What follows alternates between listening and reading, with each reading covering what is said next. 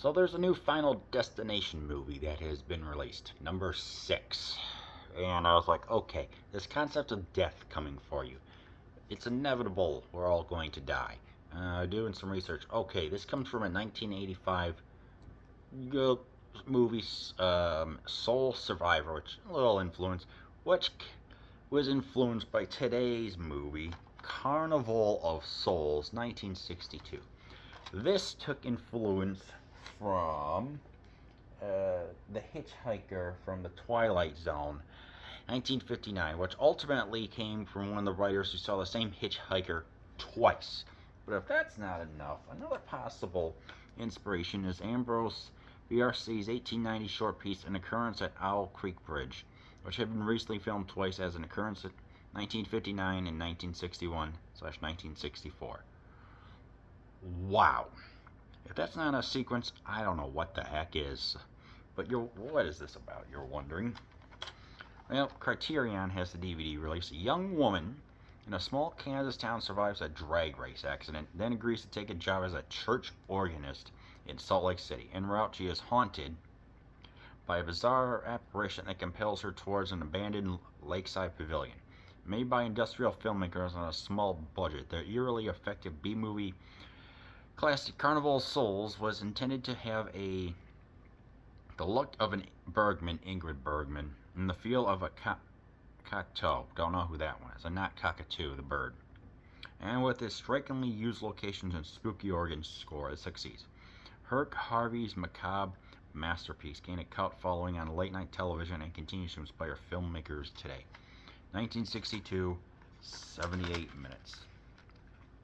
Yeah, if that's not influence, spy numbers, whatever. It just yeah, it's a very good, subtle. It's the acting. What you hear for is the environment and the music. Okay, I'm gonna say that right now.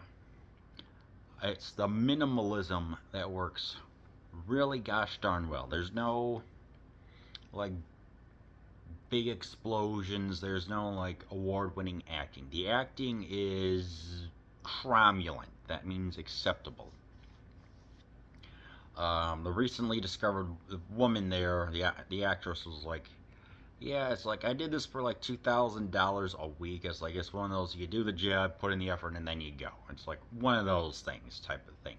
Because there were only 5 members of the crew, including the director himself, and it's like, all right, let's show what happens supposedly when a person can have this descent into being drawn into certain things. It's like some people are drawn to certain buildings and concepts and things like that, and you're just wondering, okay, what is this concept? It's like there's I think a Finnish word or Swedish word for being drawn into a forest, but anyway, yeah, it's the when you want to talk organ music here, we're talking just it being played throughout, which adds to a truly, truly haunting atmosphere. Just this, as if to say, hey, we're being drawn into here. It's this giant central force that's drawing you, and conducting it is just this pipe music, you know? The phrase "pull out all the stops," there were little stops that are in certain parts of an organ, not like a stop sign. That's where the phrase comes from in order to alter the pitch and stuff like that. So yeah, um, let's also get this creepy abandoned carnival. There was also a dance hall, I think a bingo hall, and other things like that. Let's get that. Let's show them. Let's just see it just off in the distance, just enough to where it's mesmerizing, and people are drawn towards it, for some reason.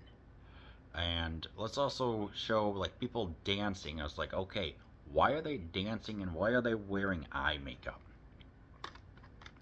And it's like when we actually get to see the walking in there, it's the minimalism that works so effectively, especially when we get to see a mattress just fall down a slide.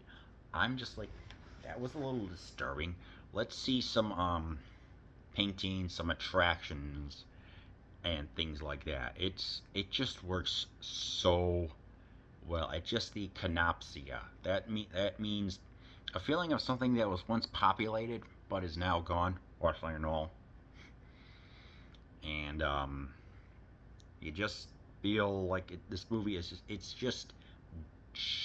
is creepy of the highest extent in order, and you just feel uncomfortable, but in a good way of watching it. And it's like, yeah.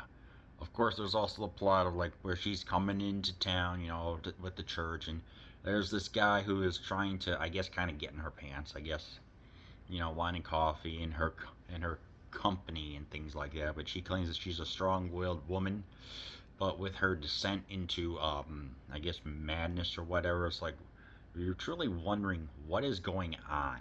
But I kind of got the feeling something was going on when, and after the schmucks were drag racing down a rickety old bridge and stuff like that, ultimately her body emerges 3 hours later completely unscathed. I'm like, okay, I was thinking I know what's going on here. Let's see what happens. Let's see the terror that she's thinking of as she's here in this realm, but then she's completely ignored. It's like, what is going on? And we get to see her stay in kind of like a boarding house, I guess, for a week or whatever. And there's a guy who's trying to arouse her, I guess would be the word. And it's effective. It's all right. And because it's like her temperament vacillates a lot between wanting to completely ignore, just only want to have a coffee, to them actually wanting to spend time together at a diner. And I'm just thinking, well, I guess we at least know what's going on enough now to be able to understand. Because, like, you get some signs of what's going on, but at the same time, it's like, you see what was that? How do they describe it? The, Bergman and the feel of a Cocteau, something like that. Because there's a scene where she's playing the organs, I think about 45 minutes in, and it just shows various angles and her just being possessed and performing this just kind of diabolical piece that goes against what the sanctity of the church was. And I'm thinking, yeah, that's definitely an influence from there. I've never seen any Ingrid Bergman films, but it's like I can just definitely see what just the insanity going on, and her being traumatized by this person known as the man or whatever. We don't really get too much of an answer. We can infer what happened. Truly, this Carnival of Souls, and I'm just like, this is just really nice. And of course, some trivia with it is that in an article in the September 15th, 1997 edition of Variety, George A. Romero noted this film was an inspiration for Night of the Living Dead, and I can 100% see that. It was a box office failure. Subsequent airings on late night TV gained it a strong following. It's now regarded as a landmark in psychological horror. Only 5 members of the crew, including the director himself. The shots of ghouls rising from the Great Salt Lake were filmed in an apartment complex swimming pool near director Harvey's house in Lawrence, Kansas. Yeah. Where's that one about? Let's see.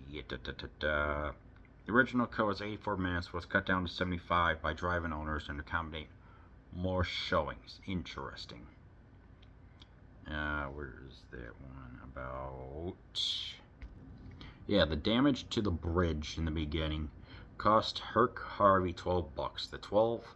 The town of Lecompton, Kansas, only required the railing of the bridge to be replaced to grant permission to film there. So, maybe a couple $100 nowadays. So, yeah, this was done on a minuscule budget of $30,000. And Candace Hilligoss, she was paid $2,500, and she does a good job given everything else. Everything else is just kind of cromulent, like I said. So yeah, definitely a truly legendary landmark film. I've heard of the Kiss album. What was that? Carnival of Souls, Trick of Souls, whatever. But this, this right here, is a legendary movie. If you can find a copy, and you know it's in black and white, but don't let that deter you. It adds to the creepiness of everything going on. So if you want to, please, I recommend that I highly recommend that you watch Carnival of Souls.